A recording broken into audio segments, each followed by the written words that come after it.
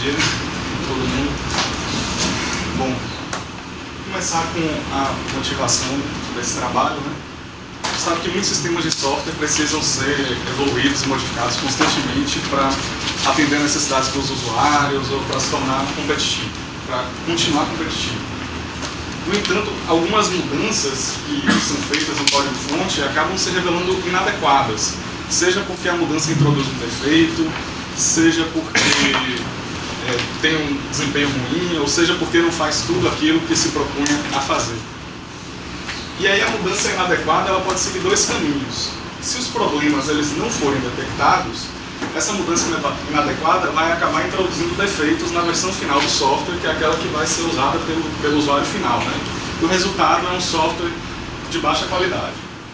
O outro caminho é o problema ele ser detectado, por exemplo, durante revisão de código ou testes, e aí essa mudança ela é rejeitada. E essa rejeição ela provoca um retrabalho, porque a mudança ela precisa ser refeita e aprimorada de forma a corrigir os problemas iniciais. E retrabalho, ninguém gosta de retrabalho, né? O programador ele não quer ter retrabalho porque ele prefere gastar o tempo dele implementando novas funcionalidades, fazendo coisas mais produtivas. O gerente ele quer monitorar e controlar o retrabalho para evitar atrasos nas entregas, né, e nos prazos. E do ponto de vista do pesquisador, ele está interessado em quantificar o retrabalho e entender como esse retrabalho varia, né, em projetos de software, entender o que é que causa o retrabalho e quais são as consequências dele. E aí uma das abordagens para o pesquisador estudar o retrabalho, mudanças inadequadas e rejeição, é analisar dados históricos de projetos, né, mudanças históricas e esse tipo de coisa, e aí tentar detectar as rejeições onde tem uma mudança que foi rejeitada. Se a mudança foi rejeitada, é porque ela era inadequada e ela vai desencadear um retrabalho. Isso geralmente é feito olhando tickets, commits, esse tipo de dados de projetos. O problema é que num trabalho recente aqui no ano passado, os pesquisadores eles viram que trabalhos diferentes usam técnicas diferentes para detectar mudanças inadequadas e rejeição, e aí o resultado é que cada trabalho acha um conjunto um pouco diferente de mudanças inadequadas. Então, se você não consegue determinar com certeza se uma mudança é inadequada ou não, fica mais difícil estimar o retrabalho, estimar a proporção de mudanças inadequadas dentro do projeto. Isso é o que motiva o meu trabalho. Dado todo esse contexto, os objetivos desse trabalho são propor e comparar técnicas para detectar a rejeição de mudanças, quantificar o retrabalho desencadeado por mudanças inadequadas, né? Esse segundo já tem alguns trabalhos que fazem isso, mas a gente fez de novo e usando mais técnicas para poder comparar.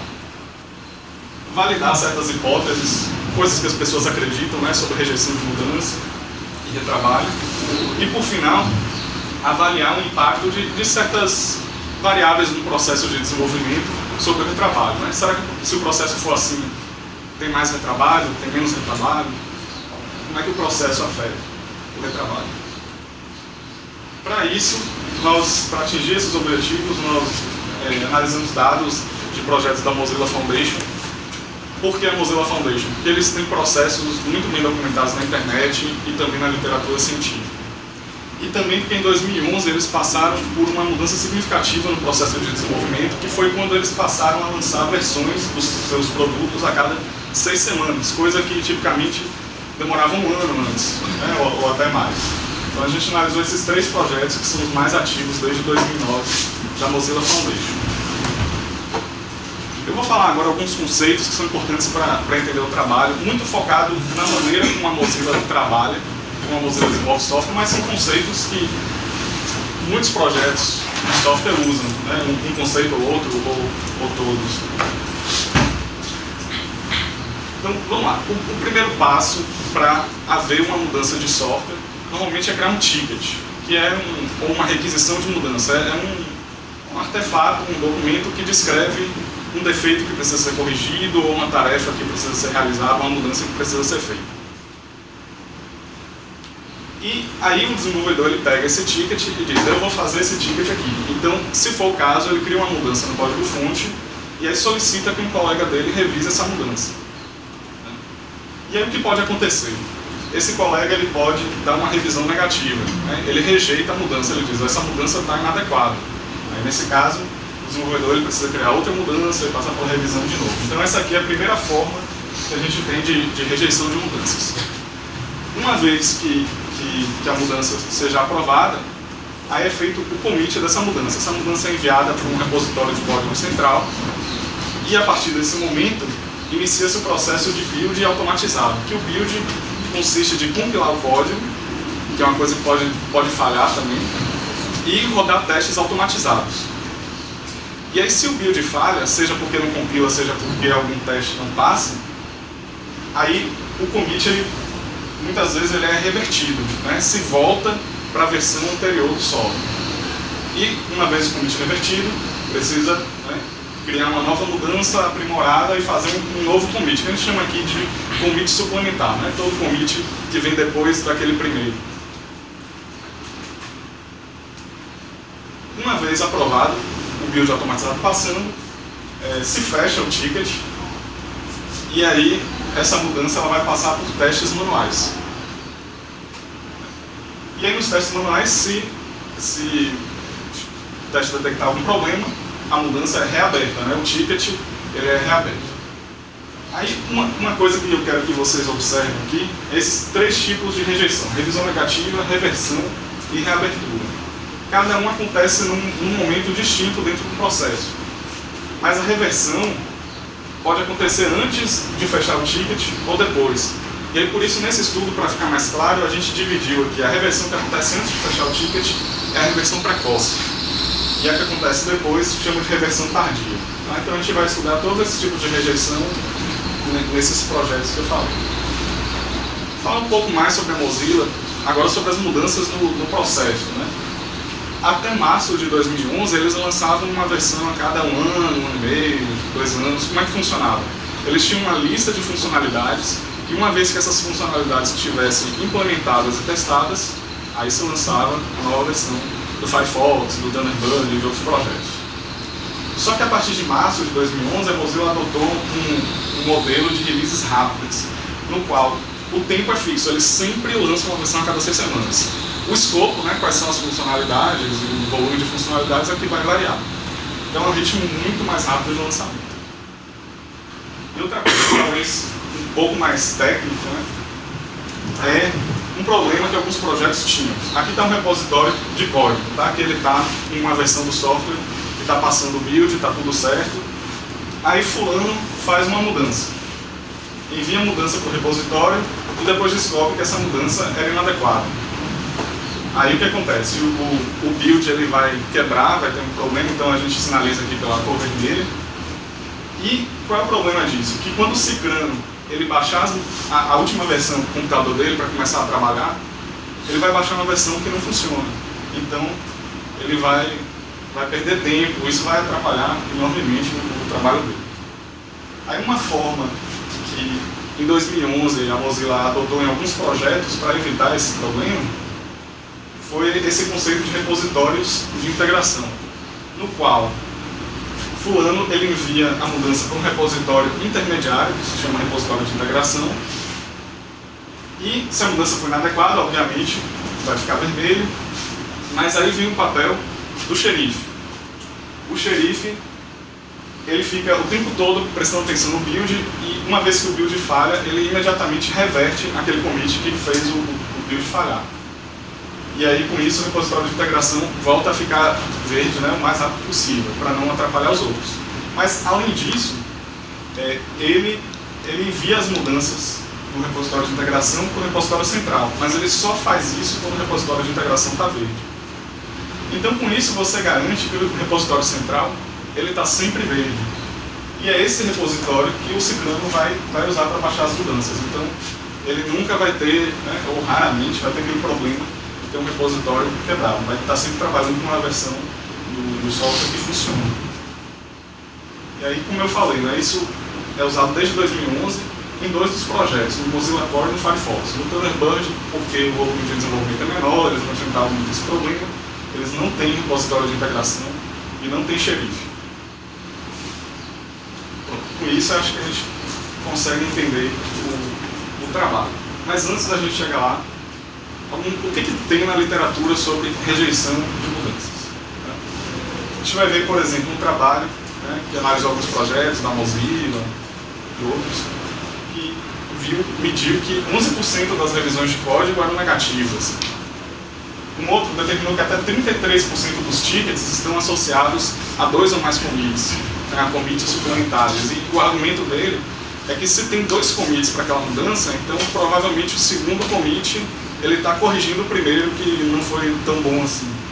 A gente vai ver lá na frente que não é bem assim. E um outro resultado é que até 12% dos tickets são reabertos. Alguns outros resultados com relação ao tempo de vida. Agora, o tempo de vida do ticket é o tempo desde a criação do ticket até o fechamento final do ticket. E aí, alguns pesquisadores viram que tickets que são reabertos possuem um tempo de vida 50% a 100% mais longo, em média. E aí tem outros trabalhos também que tentam prever quais tickets vão ser reabertos. E tem um outro trabalho, que é esse aqui, que ele pesquisa quais são as causas, o que faz com que um ticket seja reaberto. Então, o que ele diz, por exemplo, é que o ticket ele pode ser reaberto porque está associado a uma mudança inadequada, mas pode ser reaberto por outras razões também. Por problemas de comunicação entre os desenvolvedores, problemas de integração de código, várias questões. E a mudança inadequada é só uma das razões para realmente. E o que eu quero destacar aqui é que cada estudo ele pesquisa, analisa um tipo de rejeição, ou revisão negativa, ou reversão, ou reabertura, né, ou aquela coisa dos commits suplementares. Além disso, nenhum estudo analisa reversões de código. Então, o meu trabalho mesmo, relembrando aqui mais ou menos o que era mesmo, aprimorar a detecção de rejeição de mudanças, quantificar e entender o retrabalho e comparar, né, como o retrabalho ele varia de acordo com o processo que está sendo usado, né, o processo de desenvolvimento. Para atingir esses objetivos, como eu falei, né, a gente usou dados desses 3 projetos, Mozilla Core, Firefox e Thunderbird, e a gente usou tickets que ficam no sistema Bugzilla e commits que ficam no sistema Mercurial, né? Onde no Mercurial tem 2 repositórios, esse repositório Mozilla Central para os 2 projetos de cima e o Pool Central para o último projeto. E esses dados a gente usou só um período desses dados, né? O projeto tem mais de 10 anos. Então a gente usou só esse período aqui, de 2011 a 2013. Né? Para todos os objetivos a gente analisou esse período aqui. Nesse período, era o período que a Mozilla já estava adotando o modelo de releases rápidas. Foram lançadas 19 versões nesse período. E o último objetivo, que a gente quer comparar o retrabalho, a rejeição de mudanças, em 2 períodos diferentes. Então, o primeiro período que a gente analisa para comparar é o período de 2009 e 2011, que estavam usando releases tradicionais e lançaram 2 versões. Olhando somente para tickets fechados, concluídos, né, pelo menos um commit, ou seja, aqueles tickets que foram resolvidos através de uma mudança de código. E com esses dados, o que a gente fez? Primeiro, detectamos eventos relevantes, né, que se podem extrair dos dados, dos tickets e dos commits. Depois calculamos algumas métricas a partir desses eventos. Plotamos gráficos para ver como essas métricas variaram. E aí executamos também alguns testes estatísticos para ver se essa variação que a gente observa no gráfico realmente é estatisticamente significativa ou não. E por fim, enviamos alguns resultados preliminares para desenvolvedores da Mozilla, para eles dizerem por que eles achavam que as métricas mudaram, se as nossas impressões faziam sentido. Bom, vamos lá. Os eventos. Os eventos que a gente detectou para cada ticket, né, foram a criação do ticket, a solicitação de revisão, né, quando o desenvolvedor escreve uma mudança e solicita a outro que revise, as revisões negativas, quando acontecem, os commits, as reversões dos commits, fechamento do ticket e reabertura do ticket. Esses são os eventos relevantes para essa pesquisa. Aí, esses eventos aqui a gente chama de eventos de submissão, que é quando você submete uma mudança para ela ser avaliada, né? Ou para ela ser revisada, ou para passar pelo build, ou para passar por testes manuais. E aqui são os eventos do tipo rejeição. E a gente deu um olhar especial também para as submissões que acontecem depois de uma rejeição, né? Porque a gente quer comparar algumas coisas, se a primeira submissão é diferente da segunda submissão de alguma forma. Então a gente chamou de submissão original e submissão suplementar.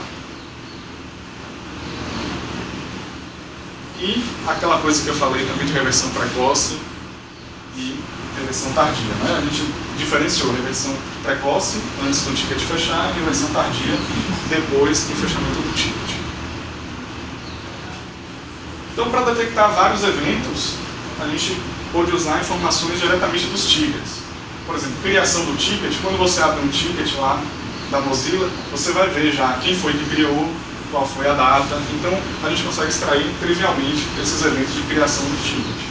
E da mesma forma, a solicitação de revisão, né, o desenvolvedor ele indica lá, coloca uma flag, review, interrogação, isso quer dizer que ele está pedindo para alguém revisar o código.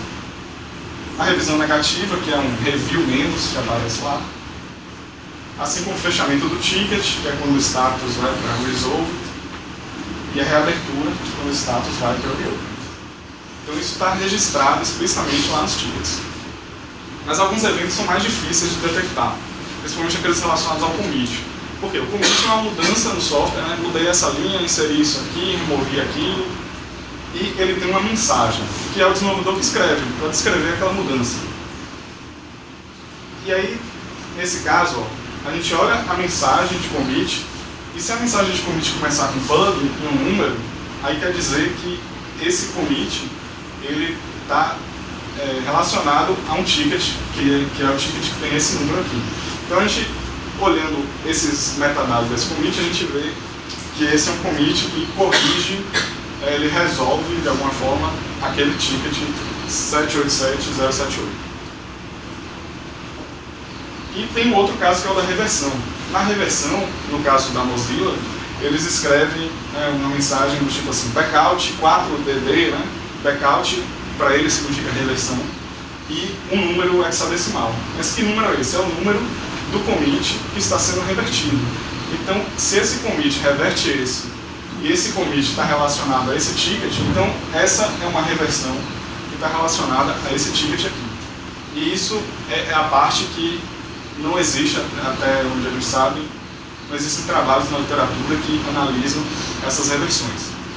E aí alguns podem pensar, pô, mas você pega aquilo que o desenvolvedor escreveu e usa aquilo, e usa esse texto para extrair informações. E se ele escrever errado, se ele escrever backout com 2 T's ou qualquer coisa assim? É um risco que existe na pesquisa.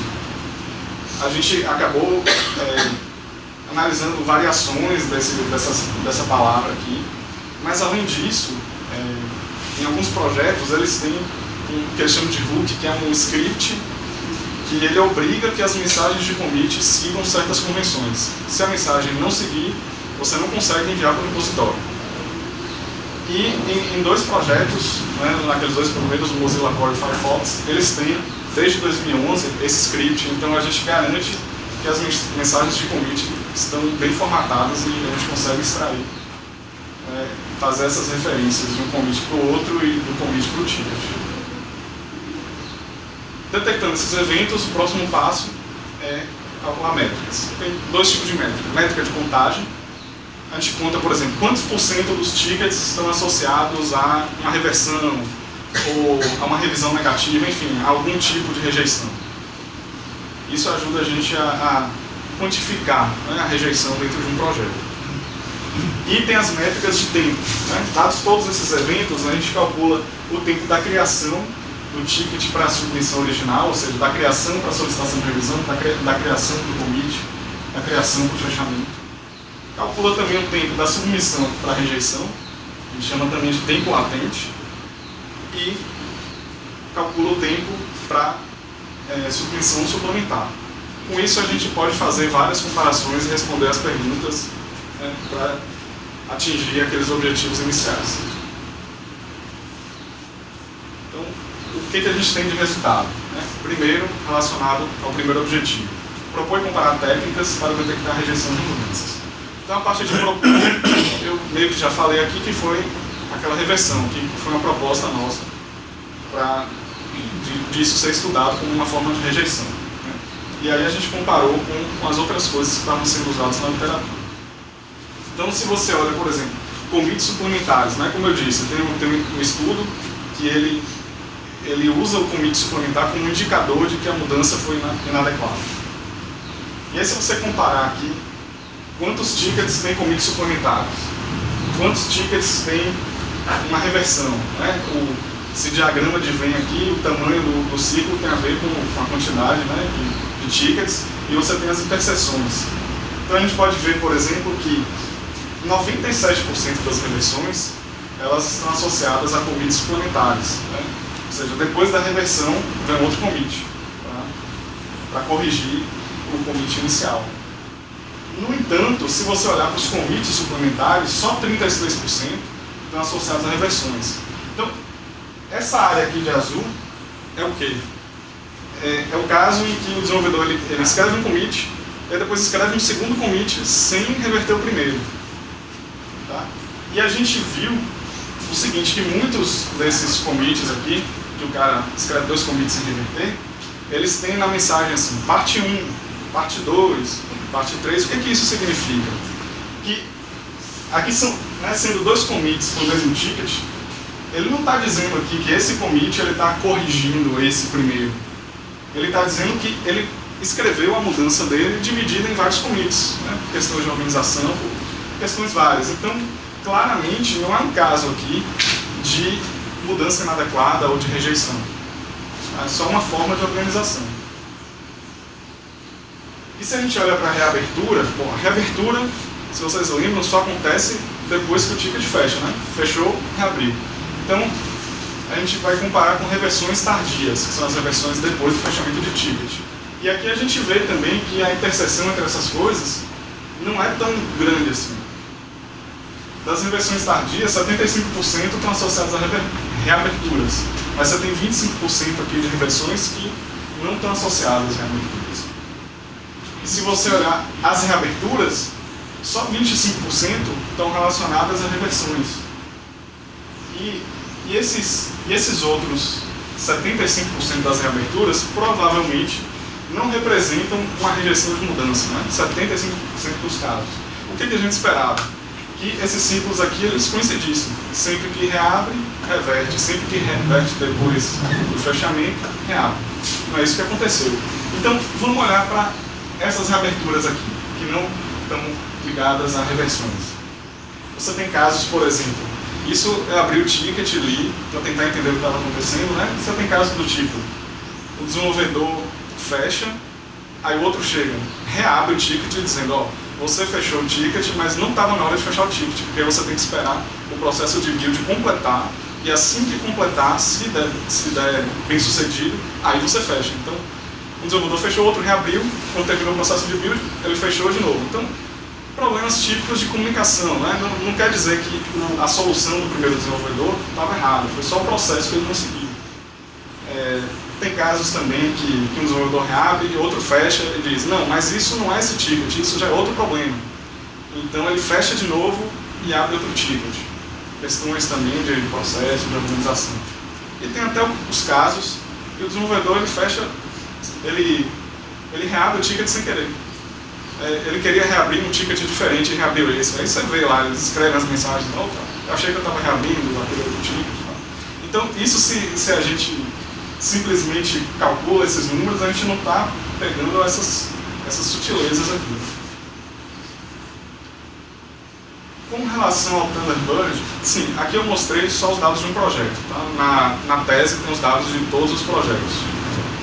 Mas eu quero destacar aqui que o Thunderbird, a porcentagem de reversões foi muito pequena comparada aos outros projetos. E aí a gente acha que ou eles não estão revertendo os commits inadequados, e investigando eu vi que eles não têm esse papel de xerife, então o xerife que é mais implacável, ele reverte na hora, né? Mas talvez o desenvolvedor ele vê que está errado e aí ele vai e escreve um commit por cima sem reverter. Ou então eles estão revertendo, só que eles não estão escrevendo isso da maneira que a gente espera. E aí eu vi também que eles não têm aquele script que obriga que as mensagens de commit sigam uma certa convenção.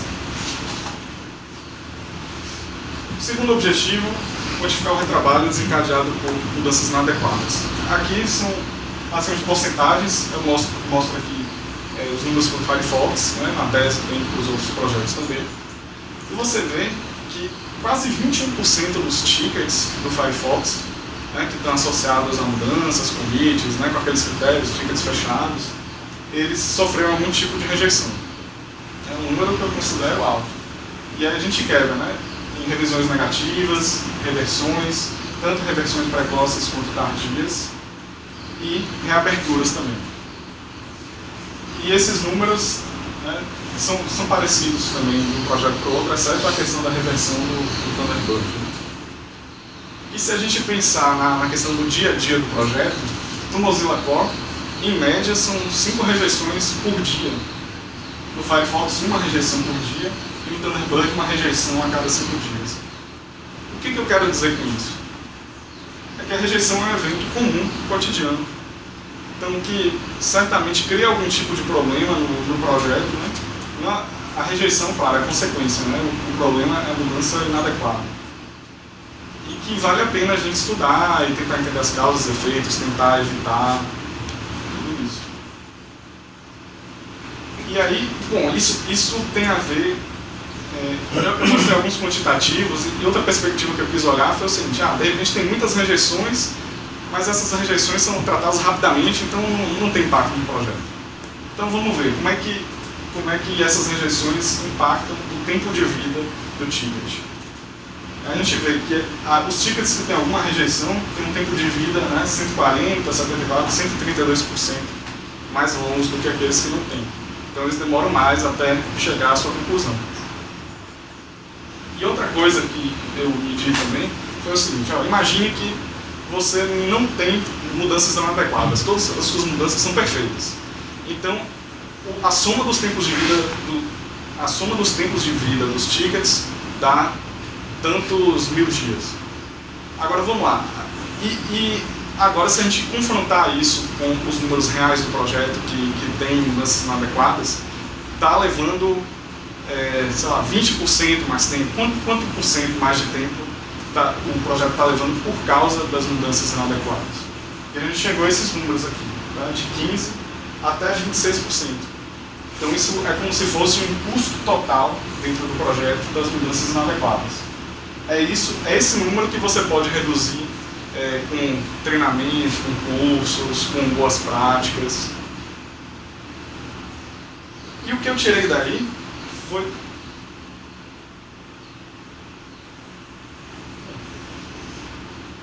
Mas o que eu percebi é que as mudanças inadequadas...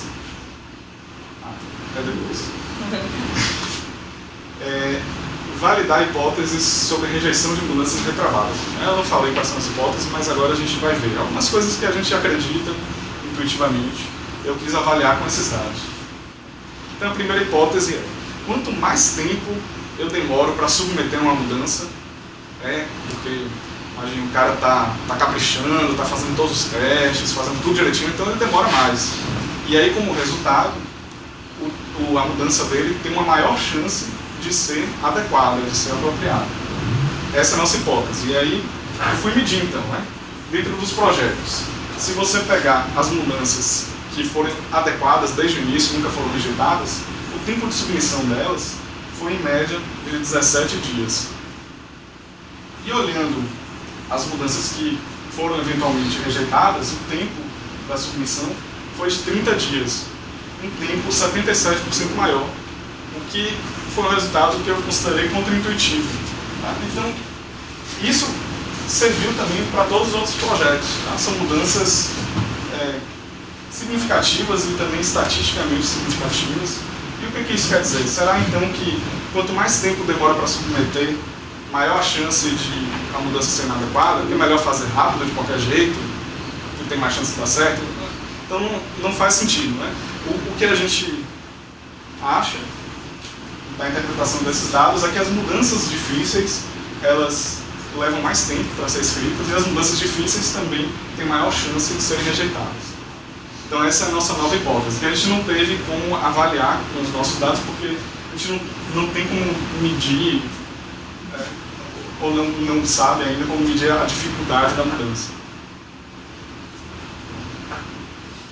E outra coisa que a gente pensa, mudança inadequada, é um perigo, porque se aquela mudança não é detectada, então ela vai cair na versão final. Então quanto mais mudanças inadequadas eu tenho, maior risco de eu ter um produto de baixa qualidade, esse tipo de coisa. Então, o que eu medi? Eu peguei aqui mudanças que são inadequadas e que a rejeição delas aconteceu mais de 12 semanas depois que a mudança foi submetida. Se demorou mais de 12 semanas no processo novo na Mozilla, provavelmente essa mudança caiu numa versão final. Então, o que acontece? É uma mudança que é inadequada, mas você não sabe ainda. Você só vai descobrir isso depois que o usuário já está usando. E isso aí dá uma percepção de qualidade ruim para o seu produto. Então eu medi, enfim, quantos por cento das mudanças inadequadas demoraram muito para serem rejeitadas e provavelmente estão na versão final. E aí os dados foram esses, né? Mozilla Core, 2,5%, 1,6% e 7,4% do Thunderbird. O que eu tirei daí? Que a mudança inadequada, ela tem um impacto, sim, óbvio, né, na qualidade, mas na Mozilla esse impacto é pequeno, só até 7% das mudanças inadequadas vão parar na versão final. Mas o impacto na produtividade é mais expressivo. Então, mudança inadequada é uma coisa que você quer evitar, um pouco pela qualidade, mas principalmente pelo impacto que isso pode ter na produtividade. E essa é a percepção do desenvolvedor. Né? Nosso processo de desenvolvimento dá uma margem de segurança muito grande para detectar regressões, problemas, bem antes de o código de fato chegar nas mãos dos usuários. Outra coisa que o desenvolvedor me falou foi o seguinte: quando demora muito para você perceber que tem um problema naquela mudança, né, aí demora muito para você rejeitar a mudança, aí daqui que o desenvolvedor ele vai pegar nisso daí, nessa mudança para aprimorar, ele já esqueceu do que se tratava, já esqueceu todo o contexto da mudança. Então ele vai demorar mais para submeter uma nova mudança, fazer a submissão suplementar. Então eu avaliei, será que o tempo latente realmente está correlacionado com o tempo que se leva para a submissão suplementar? E o que eu vi foi uma correlação estatisticamente significativa, porém uma correlação fraca, né? Uma correlação que vai de -1 a 1, e aqui a gente achou números de 0,14 até 0,24. Então provavelmente tem alguma relação mesmo entre o tempo latente e a submissão suplementar, mas não é o principal fator que determina o tempo da submissão suplementar. Por fim, a gente quis avaliar o impacto dessas mudanças no Mozilla, né, no retrabalho. Será que essa mudança foi boa, reduziu o retrabalho?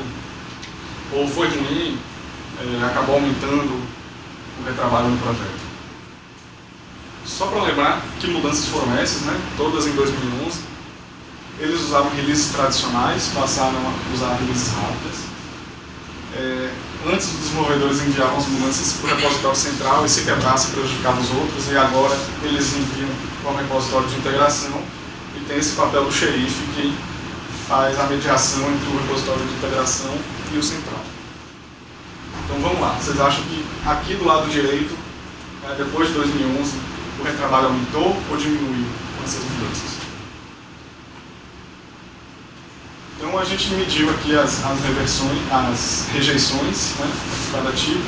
A gente viu, por exemplo, que a taxa, né, a proporção de revisões negativas diminuiu, a taxa de reversões aumentou e a de reaberturas diminuiu também.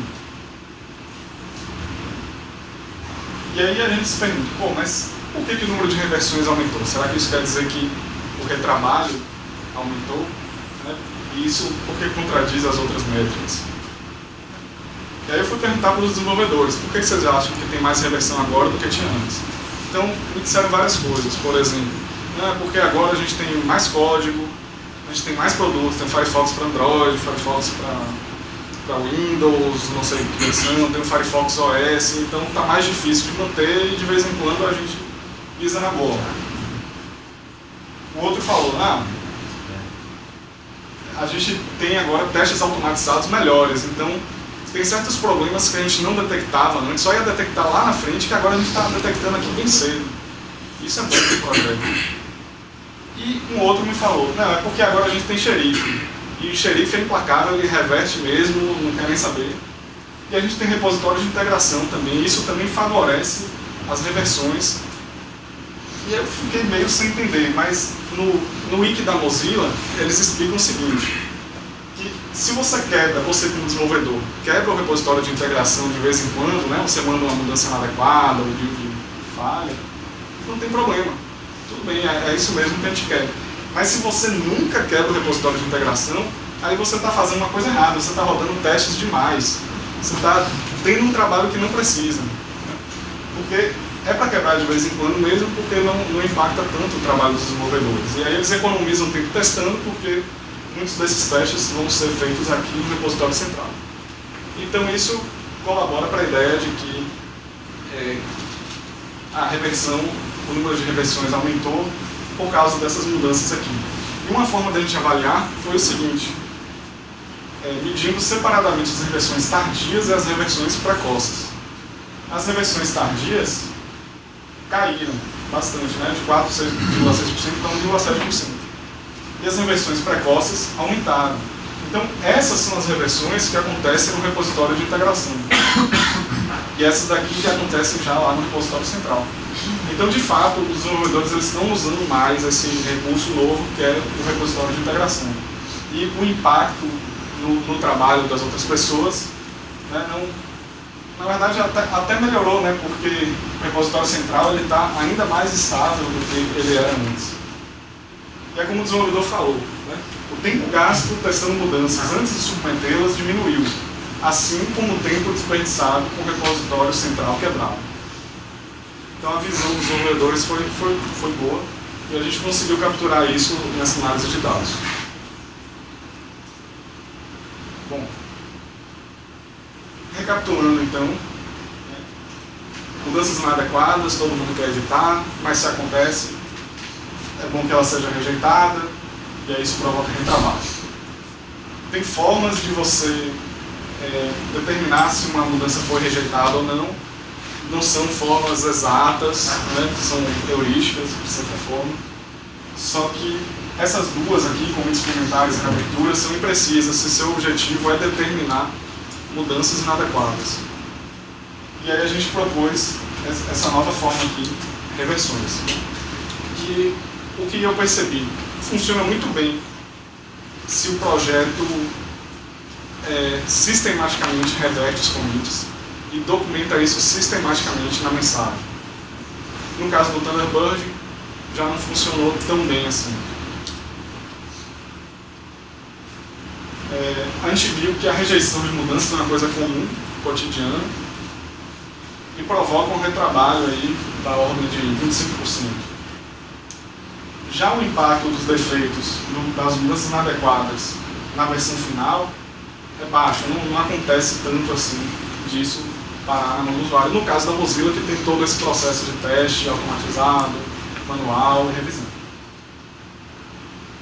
Com relação à mudança de processo, as reversões a gente acabou de ver, né, que se tornaram mais frequentes depois de 2011, mas também começaram a acontecer mais cedo. Isso é uma coisa boa. Quanto antes você detecta um problema, mais rápido um pouquinho talvez você consiga corrigir e menor a chance disso parar lá no usuário final. E até esses mais frequentes, você poderia pensar, pô, é uma coisa ruim, mas na verdade isso é um reflexo de programadores que estão gastando menos tempo com testes, estão confiando mais na infraestrutura. Daí podem se derivar vários trabalhos futuros, né? A gente pode olhar, inclusive, esses trabalhos passados que já foram publicados e revê-los com essa ótica, com essa percepção desses números, né? Do que a reabertura representa, os commits suplementares. E a gente pode também repetir esses estudos usando reversões, para ver se os resultados se mantêm. Outra coisa que a gente pode fazer aqui é detectar ali as mudanças inadequadas e olhar para o código das mudanças. Será que a mudança inadequada no código dela tem uma coisa diferente das mudanças adequadas? Então é uma coisa que, se você descobre características do código-fonte que tornam ele propenso a serem inadequados, você consegue detectar com análise estática e outros tipos de ferramentas. Outra coisa que dá para fazer é descobrir módulos mais frágeis no sistema para priorizar testes. Ora, se você mede a rejeição, né, no sistema todo, você consegue ver, muitas mudanças que estão sendo feitas nesse módulo aqui, elas são inadequadas, elas acabam sendo rejeitadas. Então, talvez tenha uma coisa ali que é difícil mudar aquele código. Você muda aquele código e o sistema quebra. Então você pode detectar isso aí, quais são esses módulos, e colocar mais testes lá, se você não tiver muito tempo para fazer testes e precisar priorizar. E outra possibilidade é estudar o impacto de outras variáveis de processo e de design na rejeição de mudanças. Então, por exemplo, o estudo que eu comecei com o João Arthur da UFCG é o seguinte: será que mudanças feitas em módulos que têm violações na arquitetura estão mais propensas a serem rejeitadas? É uma coisa que a gente começou a investigar. O resultado preliminar estava sendo positivo, mas a gente acabou não tendo como dar continuidade naquele momento do trabalho. E outra possibilidade seria com o Imad Shihab, da Universidade da Concórdia, no Canadá, que ele está estudando débito técnico. Então, seria uma coisa parecida. Será que quando você muda classes que têm um débito técnico elevado, essas mudanças tendem a ser rejeitadas mais do que as outras? Então, essa coisa da rejeição dá uma possibilidade de a gente estudar uma gama de variáveis, né, de processo e de design, e ver como essas variáveis afetam a rejeição. Aqui tem algumas publicações, né, que resultaram desse trabalho. Tem um site aqui também que tem os artigos, slides, vídeos das apresentações, esse aqui provavelmente vai para lá. Dados também, scripts para quem quiser replicar os trabalhos.